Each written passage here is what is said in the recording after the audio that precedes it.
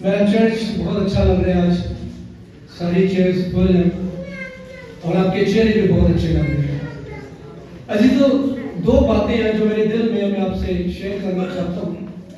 ایک ہے قصوروار اور ایک ہے نامناسب. کہ جب ہم چرچ میں آ جاتے ہیں ہم بہت اچھے ہوتے ہیں, ہم خداؤں کو بھی اچھے لگتے ہیں کیونکہ ہم کلیئر ہوتے ہیں.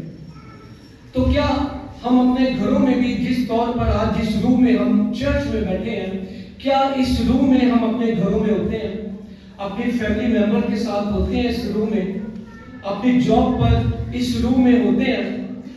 یہاں پر جو میں نے آپ سے بیان کیا ہے نامناسب, کہ اگر جو ہماری پرانی زندگی ہے اسی میں ہم اپنی زندگی کو گزارتے چلے جا رہے ہیں, اور جب ہمیں چرچ میں عشاء ربانی اور یہ میز اور یہ گوشت اور خون میں ہم شرکت کرتے ہیں, تب ہماری زندگی چند لمحوں کے لیے تبدیل ہو جاتی ہے, ہم بڑے سرگرم ہو جاتے ہیں. لیکن جیسے ہی ہم اپنے چرچ سے نکلتے ہیں ہم غیر مناسب رویے میں آ جاتے ہیں.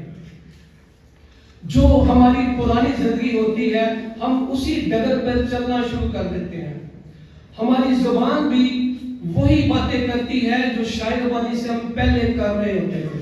ہمارے کان بھی انہی باتوں کو سننا پسند کرتے ہیں جو ہم نجات پانے سے پہلے کر رہے ہوتے تھے.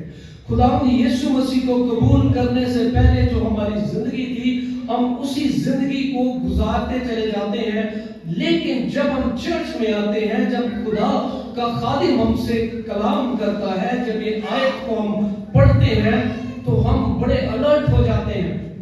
ہم کہتے ہیں وہ نامناسب طور پر یہاں پر خادم ہمیں بتاتے ہیں کہ آدمی اپنے آپ کو جانچ لے, اپنے آپ کو پرکھ لے, کیا ہمارے بدن اس طور پر تیار ہیں کہ ہم خداوند کے بدن میں شرکت کر سکتے ہیں. آپ سب نے جیسس فلم دیکھی ہوگی, دوسری فلم جو صرف پر آخری 12 گھنٹے وہ بھی دیکھی ہوگی. باغ گتسمنی کا واقعہ بھی آپ نے دیکھا ہوگا کہ کس طور پر آپ کے اور میرے نجات دہندہ کو وہ ذلیل کرتے ہیں. اگر یہاں پر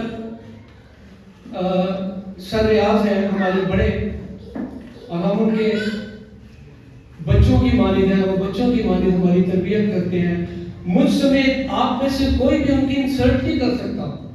ہم سوچ ہی نہیں سکتے. اسی طرح اگر ہم انسان ہونے کے ناطے خدا کے خادم کو پیار کرتے ہیں, وہ تو ہمارا خدا ہے جس نے آپ سے پیار کیا, اپنے اکلوتے بیٹے کو آپ کے لیے, آپ کا کفارہ, آپ کا منجی دے دیا. تو کیا ہم صلیب پر جو دیکھتے ہیں خدا یسوع مسیح کے جسم کی جو حالت ہوتی ہے, کیا ہم اب شاعر بانی لینے کے بعد ہم قصوروار ہو سکتے ہیں؟ نہیں ہو سکتے. اگر ہم دیکھتے ہیں کہ اس نے میری خاطر اور آپ کی خاطر کوڑے کھائے ہیں, تو ہم گوشت اور خون میں اس پیالے اور روٹی میں شرکت کر کے ہم اس کے بدن کی بے حرمتی نہیں کر سکتے, ہم سوچ ہی نہیں سکتے. ہم نامناسب طور پر اس کو لے ہی نہیں سکتے. لاسٹ سنڈے میری بہن یہاں میٹنگ لیڈ کر رہی تھی, بہن صاحب, انہوں نے کہا شاعر بانی کے لیے جب پیالہ جاتا ہے تو بچے انکار کرتے ہیں اس طرح. مجھے بڑا دکھ ہوا, میرا دل یہاں بیٹھے بیٹھے اندر سے ٹوٹ گیا